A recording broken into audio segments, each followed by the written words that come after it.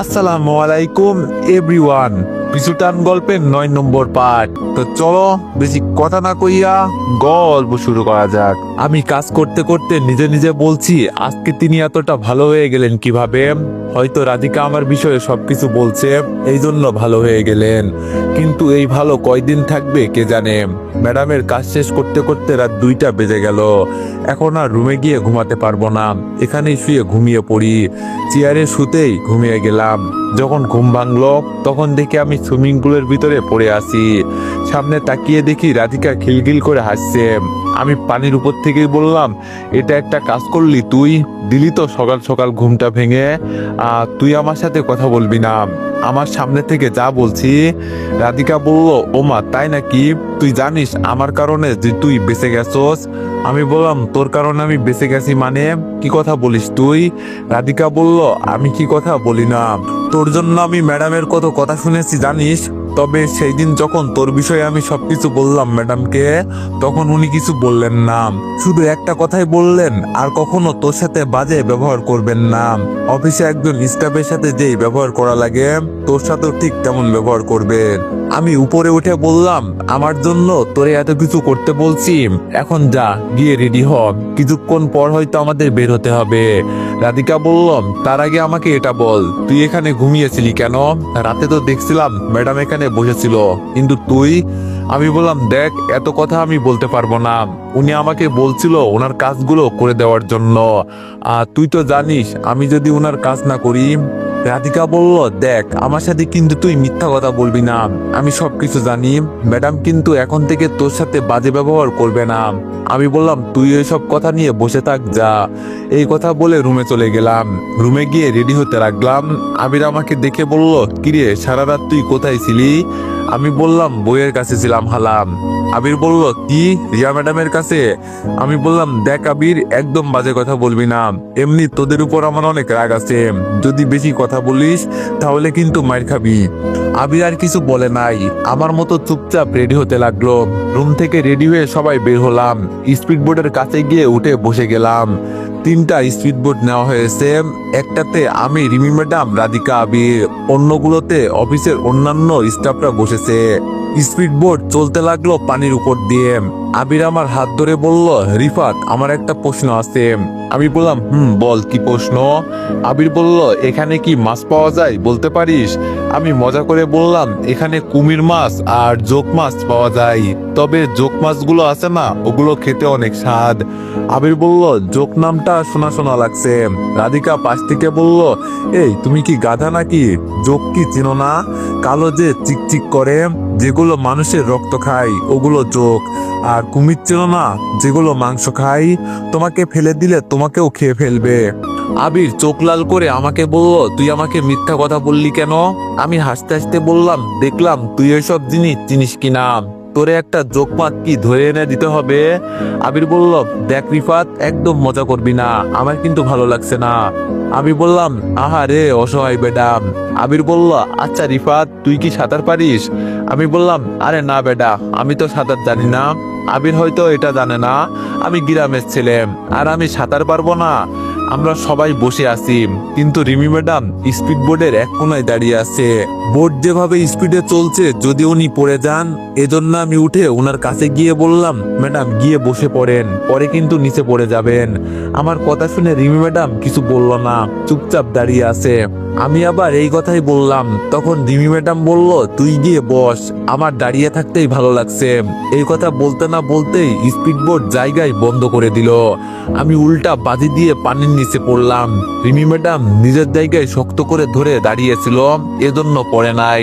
সাঁতার কেটে উপরে উঠতেই সবাই আমাকে নিয়ে হাসতে লাগলো। তবে এর মাঝে নজর গেল রিমি ম্যাডামের দিকে। এতদিন পর ওনাকে আমি হাসতে দেখছি, সত্যি কথা বলতে খুব ভালো লাগছে। ম্যাডামের হাসি যে এত সুন্দর আমার জানা ছিল না। ম্যাডাম হাসতে হাসতে বলল, কি ব্যাপার, খুব তো আমাকে বাঁচাতে গিয়েছিলেন, এখন তো নিজেই পড়লে পানিতে। আমার সাথে হাসতে হাসতে কথা বলতে দেখে আবির বলল, ম্যাডাম আপনি কখন থেকে ওর সাথে ভালো ব্যবহার করেন? ম্যাডাম আবিরকে ধমক দিয়ে বলল, এত কথা বলো কেন তুমি, একটু চুপ থাকতে পারো না? ম্যাডামের ধমক শুনে আবির চুপ হয়ে গেল। হালারপুত সবকিছু শেষ করে দিল। গেঞ্জি চেঞ্জ করে লুঙ্গি পরলাম। লুঙ্গি পরতে দেখে রাধিকা বলল, কিরে তুই আবার এখানে লুঙ্গি নিয়ে আসলি কেন, আবার এটা পরলি? আমি বললাম, এটা পরলে নিজেকে খাঁটি বাঙালির মতো লাগে বুঝলি। আর তোরে এইসব কথা আমি বলছি কেন, তোরে বললেও তো তুই বুঝবি না। রাধিকা বলল, হ তোরে বলছে। আমি নিচে বসার পর কেউ আর কোনো কথা বলে নাই। দেখতে দেখতে আমরা আমাদের জায়গায় চলে আসলাম, মানে সুন্দরবনে। স্পিডবোট থেকে নিচে নেমে দাঁড়িয়ে আছি। ম্যাডাম বলল আমাদের নেওয়ার জন্য নাকি গাড়ি আসবে। কিছুক্ষণ পর ম্যাডামের কথা মতো গাড়ি চলে আসলো, আর গাড়ির ভিতর থেকে একটা মেয়ে নেমে এলো। মেয়েটাকে দেখে একটু অবাকই হলাম। মেয়েটার হাতে আবার একটা ফুল আছে, তবে মেয়েটাকে দেখে মনে হচ্ছে হয়তো কোনো গায়ে হলুদের অনুষ্ঠান থেকে ফিরে এসেছে, কারণ মেয়েটা হলুদ শাড়ি পরেছে। তবে মুখে কোনো মেকআপ দেয় নাই মনে হচ্ছে, ঠোঁটে হালকা পাতলা লিপস্টিক দিয়েছে। মেয়েটা আমাদের সামনে এসে বলল, আপনাদের মাঝে বস কে? রিমি ম্যাডাম এগিয়ে বলল, বলেন কি বলবেন। রিমি ম্যাডামের হাতে মেয়েটা ফুলগুলো দিয়ে বলল, ম্যাডাম এগুলো আপনার জন্য। আর এখানে হয়তো অনেকক্ষণ দাঁড়িয়ে আছেন, এজন্য সরি। আসলে আমাদের মালিক যিনি, তিনি দেশের বাইরে গিয়েছেন বেড়াতে, এজন্য একটু সমস্যা হয়েছে। কিছু আবার মনে করবেন না, এখন চলেন। রিমি ম্যাডাম মেয়েটার কথা মতো গাড়ির দিকে হেঁটে যেতে লাগলো। হঠাৎ মেয়েটা আমার দিকে কেমন যেন অদ্ভুত দৃষ্টিতে তাকালো। মেয়েটাকে দেখে মনে হচ্ছে যেন ওকে আমি আগে কোথাও যেন দেখেছি, তবে কোথায় যে দেখেছি এটাই তো বলতে পারছি না। আমি মেয়েকে আস্তে করে ডাক দিলাম, এই যে ম্যাডাম এইদিকে একটু শোনেন। মেয়েটা আমার কাছে এসে বলল, জি স্যার বলেন কি বলবেন। আমি মেয়েটার দিকে তাকিয়ে বললাম, যদি আমি ভুল না করি তাহলে আপনার বাড়ি নেত্রকোনা না? আমার কথা শুনে মেয়েটা অবাক হয়ে আমার দিকে তাকিয়ে আছে। হয়তো আমি ভুল বলছি। যে আমি কিছু বলবো তার আগেই মেয়েটা বলে দিল, আপনি কিভাবে জানেন আমার বাসা নেত্রকোনা? আমি বললাম, ওরে আপনি তো দেখি আমাদের দেশের মানুষ, আমার বাড়ি নেত্রকোনা মোহনগঞ্জ। মেয়েটি বলল, কি আপনার বাড়ি মোহনগঞ্জ? আমি বললাম মেয়েটি বলল, তাহলে তো আপনি মিয়া আমরা দেশি মানুষ। আচ্ছা আপনি আমাকে চিনলেন কিভাবে? আমি বললাম, আমাদের জেলার মেয়েগুলো আলাদা নম্র ভদ্র মানুষ, ওরা এমন ভাবে শরীরে কাপড় পরে শরীরের কোনো অংশ দেখা যায় না, আর বিশেষ করে আমাদের জেলার ভাষা সবাই বুঝে। এজন্য আমি আন্দাজ করলাম যে আপনি আমাদের এলাকার মানুষ। আমার কথা শুনে মেয়েটা হাসি দিয়ে বলল, যাক এতদিন পর একটা দেশের মানুষ পেলাম, কিন্তু এখনো তো আপনার নামটাই জানা হলো না। আমি হাত বাড়িয়ে বললাম, আমার নাম রিফাত, তুমি? মেয়েটি বলল, বলেন তো আমার নাম কি হতে পারে? আমি বললাম, তোমাকে দেখে তো একদম মিষ্টির মতোই দেখা যাচ্ছে। আমাদের গ্রামেও একটা মেয়ে আছে, ওর নাম ছিল মিষ্টি, ঠিক তোমার মতো। তবে তোমার নামটা তো আর মিষ্টি হবে না। মেয়েটি বলল, আরে আমার নাম তো মিষ্টি। আমি বললাম, কি বলেন, দেখতে এক ঠিক আছে, তাই বলে কি নামও এক হবে? মিষ্টি আমার কথা শুনে মুচকি হাসি দিয়ে বলল, জানেন তো পৃথিবীতে একজন মানুষের মতো দেখতে হুবহু 3-4 জন পাওয়া যায়। আমি বললাম, আচ্ছা মিষ্টি তুমি যাও, পরে কথা হবে। মিষ্টি বলল, আচ্ছা ঠিক আছে যান, তবে আপনাকে লুঙ্গিতে কিন্তু সেই লাগছে। আমি বললাম, কেমন যেন অদ্ভুত লাগছে আমাকে এটা বলো, কারণ সবার মাঝে আমি লুঙ্গি পরেছি। মিষ্টি বলল, আরে না সত্যি আপনাকে ভালো লাগছে। মিষ্টির সাথে আর কোনো কথা হয় নাই, ও আমাদের সামনে থেকে চলে গেল। আমি গিয়ে আবিরের পাশে বসলাম, আর আমার সামনে রিমি ম্যাডাম বসছে। রাধিকা আমার দিকে তাকিয়ে বলল, কিরে রিফাত, আজকে আমাদের নিতে যেই মেয়েটা আসলো তার সাথে তো ভালোই কথা বললি দেখলাম। আমি বললাম, আরে না তেমন কিছু বলি নাই, আর ও আমাদের দেশের মানুষ, মানে আমরা দেশি, এজন্য একটু কথা বলছি। আমার কথা শুনে রিমি ম্যাডাম বলল, এখানে আসছো ঘোরার জন্য, আর আমি মনে করি বাইরের কোনো মানুষের সাথে কথা না বলাই ভালো হবে। আমি বললাম, ম্যাডাম আমি তো বাইরের কোনো মানুষের সাথে কথা বলি নাই। রিমি ম্যাডাম বলল, কি বলছো না বলতো সব তো আমি জানি, এত কথা বলো কেন? আমি কি নিজ চোখে দেখি নাই? আমি চাই সবাই যেন নিরাপদে থাকে, এজন্য বাইরের কোনো মানুষের সাথে কথা বলবে না, আমি যেন পরের বার আর না দেখি। রিমি ম্যাডামের কথা শুনে মন খারাপ করে বললাম, ঠিক আছে ম্যাডাম আর বলবো না। এই কথা বলে চুপচাপ বসে আছি। ডাইনি মেয়ে কোথাকার, নিজে যে যার সাথে ইচ্ছে তার সাথে কথা বলে, আর আমি বললেই সমস্যা। মেয়েটা আমাদের হোটেলের সামনে নিয়ে গেল। গাড়ি থেকে নামতেই মেয়েটা আমাদের সামনে এসে সবগুলো রুম বুঝিয়ে দিল, আর বলল, ম্যাডাম আপনি যেই কয়টা রুমের কথা বলেছিলেন এখানে সব কয়টা আছে। আপনি গিয়ে দেখে নিতে পারেন। রিমি ম্যাডাম আচ্ছা বলে আমাকে বলল, রিফাত এখানে একটা সমস্যা আছে। আমি অবাক হয়ে বললাম, কি ম্যাডাম? রিমি ম্যাডাম আমাকে বলল, তখন তো তুমি অফিসে পিয়নের কাজ করতে, আর আমরা তো সাথে করে একজন পিয়ন নিয়ে আসছি। তোমার জন্য আলাদা কোনো বাজেট করা হয় নাই। থাকা খাওয়া সব তোমার নিজেরটা নিজের, আমাদের সাথে শুধু ঘুরতে পারবে, এর বাইরে আর কিছু করতে পারবে না। ম্যাডামের কথা শুনে রাধিকা ম্যাডামকে বলল, কি বলছেন আপনি ম্যাডাম এসব? ও তো আমাদের সাথেই এসেছে, আর ও তো শুধু অফিসের স্টাফ না, ও হলো নতুন স্টাফদের লিডার। আর আপনি কি সব কথা বলছেন? রিমি ম্যাডাম রাধিকাকে ধমক দিয়ে বলল, তুমি কি আমার থেকে বেশি বোঝো? চুপ থাকতে পারো না? এত কথা বলতে বলছি। ম্যাডামের ধমক শুনে রাধিকা চুপ হয়ে গেল। ম্যাডাম আমার দিকে তাকিয়ে বলল, আমি কি বলছি শুনলে তো? আমি হাসি দিয়ে বললাম, জি ম্যাডাম, আমি আপনার কথা শুনেছি। তবে এভাবে ভেবেচিন্তে আমাকে সবার সামনে যে অপমান করবেন আমি চিন্তা করি নাই। মানুষ এটা ভুলে যায় যে তার জন্য আমরা কি কি করি। রাতে না ঘুমিয়ে মানুষের উপকার করি, আর পিছন থেকে ছুরিটা তারাই ঢুকিয়ে দেয়। হায় রে মানুষ। মিষ্টি আমার দিকে এগিয়ে এসে বলল, আরে মিয়া, আপনি আমার দেশি মানুষ, আমি থাকতে কি আপনার জায়গার অভাব হবে? ওরা তো এখানে থাকবে, আপনাকে আমি একেবারে ভিআইপি জায়গায় নিয়ে যাব, চলেন আমার সাথে। আমি হাসি দিয়ে রাধিকাকে বললাম, দেখলি রাধিকা, তোরা আমাকে অপমান করলে কি হবে? আমার তো দেশি মানুষ আছে। তবে খারাপ লাগলো কোথায় জানিস? আজকে আমাকে সবার সামনে তো অপমান করলো, সাথে আবার এই নতুন মেয়েটার সামনে। এটা আমার সাথে না করলেও পারতো। থাক, তোরা ভালো থাক, আমি তোদের কিছু বলবো না। মিষ্টি চলেন তো। মিষ্টি রিমি ম্যাডামের দিকে তাকিয়ে বলল, ম্যাডাম যদি কোনো কিছুর দরকার হয় তো আমাকে ডাক দিবেন। এখানে আপনাদের ঘুরিয়ে দেখা বা আপনাদের সেবা করা সব আমার উপর। ঠিক আছে, ভালো থাকবেন, এখন আমি গেলাম। মিষ্টি সামনে হাঁটতে লাগলো, আমি ওর পিছনে। পিছন থেকে আমি মিষ্টিকে বললাম, থাকার মতো তো কোনো রুম আছে? সমস্যা নেই, আমি টাকা দিয়ে দিব। যদিও ম্যাডাম আমাকে থাকার কথা কিছু বলে নাই। মিষ্টি আমার দিকে ফিরে তাকিয়ে বলল, আমি আপনাকে বলছি এই কথা যে আমাকে টাকা দিতে হবে। তবে উনি তো আপনাদের অফিসের বস, তাহলে উনি শুধু আপনার সাথেই কেন এমন করলো? আমি বললাম, তুমি এসব বুঝবে না, তবে ওর সাথে আমার পুরাতন কিছু শত্রুতা আছে, কিন্তু উনি আমাদের এলাকার মেয়ে। মিষ্টি বলল, কি বলেন? আমি বললাম, তুমি চাইলে জিজ্ঞেস করে দেখতে পারো। মিষ্টি বলল, দরকার নেই বাবা, উনি যে রাগী মানুষ। আমি বললাম, আচ্ছা বাদ দাও। আচ্ছা আমি এখন কোথায়? মিষ্টি বলল, আরে আসেন না আমার সাথে, আমি দেখছি। আমাদের মালিক তো চলে গেছে, তো ওখানে আমি আপনাকে থাকার জন্য দিব। আমি বললাম, পরে যদি কোনো সমস্যা হয়? মিষ্টি বলল, আরে কিছু হবে না, আমি দেখে নিব। আমি বললাম, আসলেই মিষ্টি, তোমার মনটা অনেক ভালো। মিষ্টি আমাকে রুম দেখিয়ে বলল, আপনাকে একটা কথা বলার ছিল, বলবো কি? আমি বললাম, বলো। মিষ্টি বলল, আপনি তো শহরে চাকরি করেন, আপনার বুঝি বউ আছে? আমি বললাম, আরে তুমি যে কি বলো, আমার আবার বউ কোথা থেকে আসবে? আমি তো একা একটা মানুষ। মিষ্টি হাসি দিয়ে বলল, আচ্ছা ঠিক আছে, তবে লুঙ্গি চেঞ্জ করে ফেলেন, নইলে অনেকেই আপনার দিকে কেমন নজরে তাকিয়ে থাকে। আমি হাসি দিয়ে বললাম, আচ্ছা ঠিক আছে। মিষ্টি চলে যাচ্ছে। আমি ওকে ডাক দিয়ে ইশারা করে বললাম, তোমাকে কিন্তু হলুদ শাড়িতে অস্থির লাগছে, মনে হচ্ছে যেন কালকে তোমার বিয়ে। আমার কথা শুনে মিষ্টি হাসতে হাসতে চলে গেল। বুঝছি ও যে কতটা লজ্জা পেয়েছে। আমাকে যেখানে থাকতে দিয়েছে সেটা আসলেই খুব সুন্দর একটা রুম, সবকিছু সাজানো গোছানো পরিপাটি। ওয়াশরুমে ঢুকে গোসল করে রেডি হলাম। হয়তো কিছুক্ষণ পর ম্যাডাম ঘুরতে বের হবে। বিপদে পড়েছি যেহেতু, বিপদ থেকে তো উদ্ধার হতেই হবে নাকি। সামনে আবার ছোট্ট একটা রেস্টুরেন্ট আছে, ওখানে গিয়ে নাস্তা করে ফেললাম।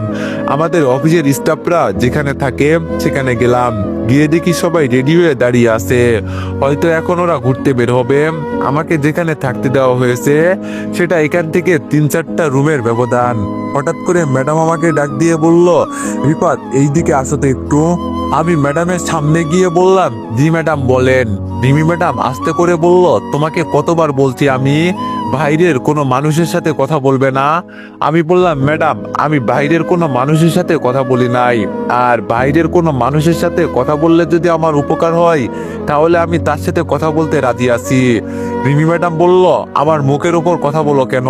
জানো তো আমি কি করতে পারি? আমি মাথা নিচু করে বললাম, সরি ম্যাডাম। রিমি ম্যাডাম আবার বলল, তা তোমাকে বুঝি ওর সাথে থাকতে বলছে? আমি তো শুধু বলছি বাইরের কারোর সাথে কথা না বলতে, এখন দেখি থাকা শুরু করে দিয়েছো। সিসি, তোমাকে কি বলবো, লজ্জা শরম কিছু নাই। একটা মেয়েকে বোকা পেয়ে তার সাথে থাকা শুরু করে দিয়েছো। এখানে আসছো কি নষ্টামি করার জন্য? আমি বললাম ম্যাডাম মুখ সামলে কথা বলবেন কিন্তু। রিমি ম্যাডাম বললাম আমি কি মুখ সামলে কথা বলবো? যা সত্যি তাই বললাম। আমি সরাসরি রিমি ম্যাডামের গলায় হাত দিয়ে চেপে ধরে বললাম, এই মুখ সামলে কথা বল, এটা তোর অফিস না, তুই যা ইচ্ছা তাই বলবি আর আমি চুপ করে শুনবো। এখানে তুই যে আমার কি করতে পারবি আমার জানা আছে। তুই জানিস আমি ওর সাথে থাকা শুরু করে দিয়েছি।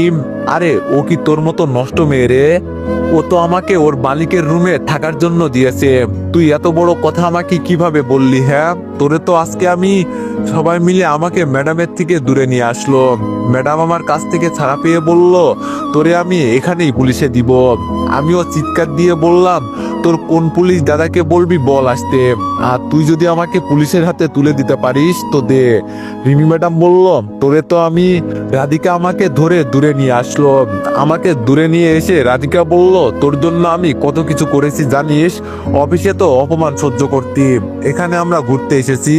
তুই কি চাস তোর জন্য সবাই বাসায় ফিরে চলে যাক? আমি বললাম সরি বোন, আমাকে মাফ কর, আমার ভুল হয়ে গেছে, তোরা আনন্দ কর, আমি চলে যাব। রাধিকা বলল দেখ আমি তোরে এটা বলি নাই, আমি বলছি একটু চুপ থাকতে পারিস না। আমি বললাম কিভাবে চুপ থাকবো তুই বল, উনি আমার সাথে কি কি করছেন, আর ওই মেয়েটাকে এইসব কথা বলতে পারলো? ও তো আমার ভালোর জন্যই আমাকে নিয়ে গেছে, আর ও যদি এইসব শোনে। রাধিকা আমার দুই গালে হাত দিয়ে চেপে ধরে বলল রিফাত আমার কথা শোন। আমি বললাম বল। রাধিকা বলল মাথা ঠান্ডা হয়েছে। আমি বললাম তুই বল। রাধিকা বলল দেখ আমি তোর জন্য ম্যাডামের মুখ থেকে কত কথা শুনছি, ওনাকে সবকিছু বলছি আমি তোর সম্পর্কে, সব শুনে উনি মন খারাপ করেছে। আজকে হয়তো তোরে বলছে বাইরের কারোর সাথে কথা না বলতে। ঠিক আছে তুই বলবি না, এখানে আমরা ঘুরতে এসেছি, ঝগড়া করে লাভ আছে বল। আমি বললাম দেখ আমি কোনো ঝগড়া করি নাই, ম্যাডাম আমাকে উল্টাপাল্টা কথা বলে কেন? রাধিকা বলল তুই যে ওনার গলা চেপে ধরলি, এখন যদি উনি পুলিশকে জানাই তোর কি হবে জানিস তো? রাধিকার কথা শুনে আমি হাসতে হাসতে বললাম আমার আবার কি হবে?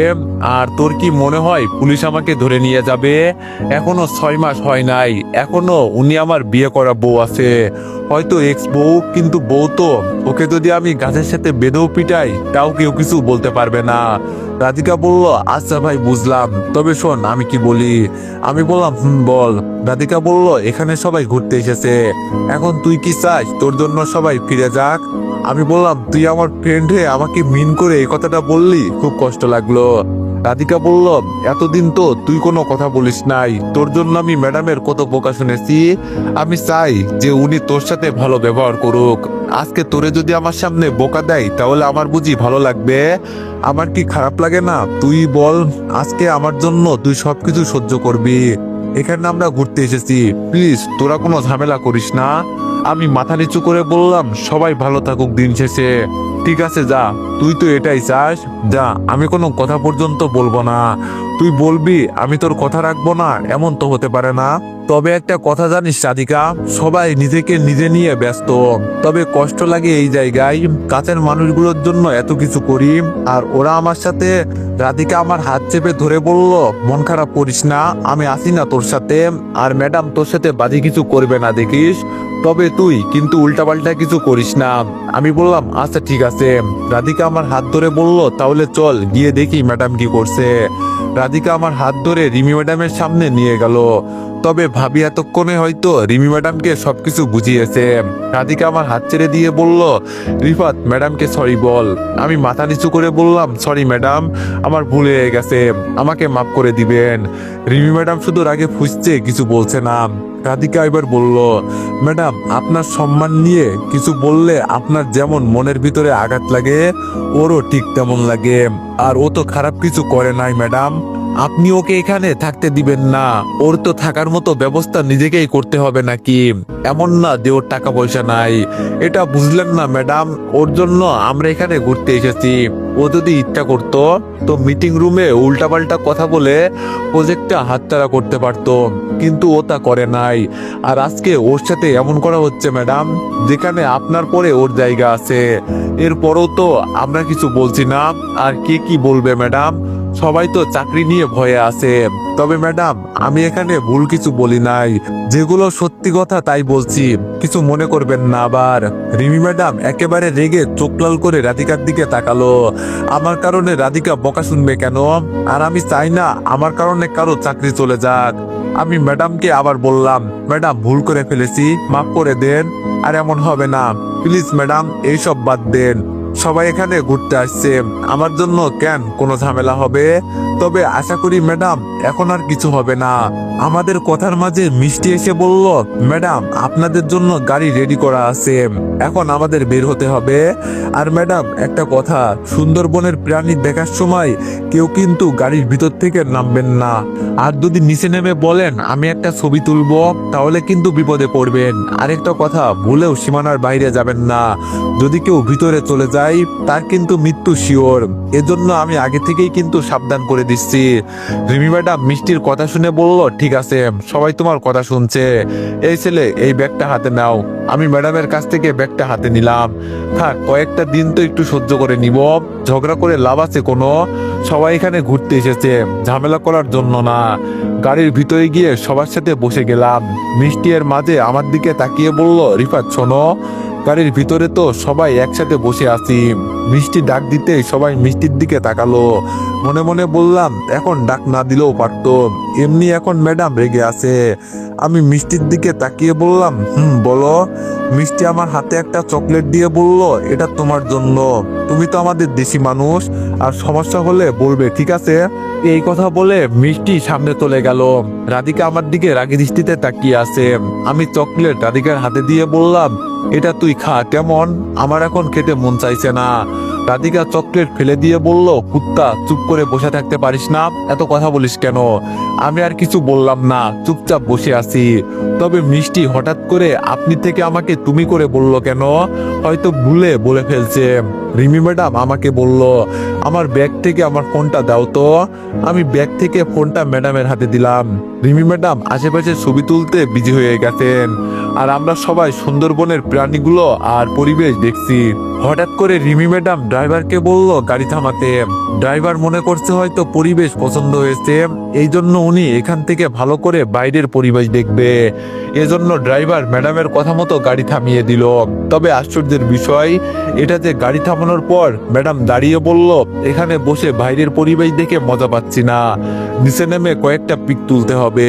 ম্যাডামের কথা শুনে মিষ্টি সামনে থেকে বলল, ম্যাডাম ভুলেও এটা করবেন না, নিচে নামা নিষেধ, কারণ কখন যে কি হতে পারে কেউ বলতে পারে না। আর বনের প্রাণীগুলো মারাত্মক ভয়ঙ্কর। মিষ্টির কথা শুনে রিমি ম্যাডাম বলল, তোমার কাজ হলো আমাদের ঘুরিয়ে দেখানো আর নিরাপত্তা দেওয়া। বড় কথা হলো আমরা বেঁচে থাকলেই তো হবে নাকি? আর আমি আমার নিজের ভালো খুব ভালো করেই বুঝি, আমার জন্য তোমার চিন্তা করতে হবে না, ঠিক আছে? আমি ম্যাডামের হাত ধরে বললাম, প্লিজ ম্যাডাম, নিচে নামবেন না। বোর্ডে খুব সুন্দর করে লেখা আছে, এটা নিষিদ্ধ এলাকা, এখানে নামা নিষেধ। ওরা তো এমনি এমনি এখানে এসব লেখা নাই, আপনি নিচে নামলে পরে দেখা যাবে। রিমি ম্যাডাম বলল, আমার হাত ছাড় তুই। আমি বললাম, কিন্তু ম্যাডাম। রিমি ম্যাডাম বলল, আমার হাত ছাড়তে বলছি না তোরে। আমি ম্যাডামের হাত ছাড়তে রিমি ম্যাডাম আমাকে বলল, আমি কি একা একা নিচে নামবো নাকি? আমার সাথে তুইও নামবি, তুই আমার পিক তুলে দিবি। আমি বললাম, ভুলেও আমি নিচে নামবো না ম্যাডাম, আপনার যদি শখ থাকে তো আপনি যান, আমি যাব না। রিমি ম্যাডাম বলল, আমি যাব না মানে? তুই যাবি, তোর ঘাড়ও যাবে, তাড়াতাড়ি নিচে নাম বলছি। রাধিকার দিকে তাকাতে রাধিকা বলল, কি আর করবি, ম্যাডামের কথা তো শুনতেই হবে নাকি? সমস্যা নেই, নিচে নেমে পড়।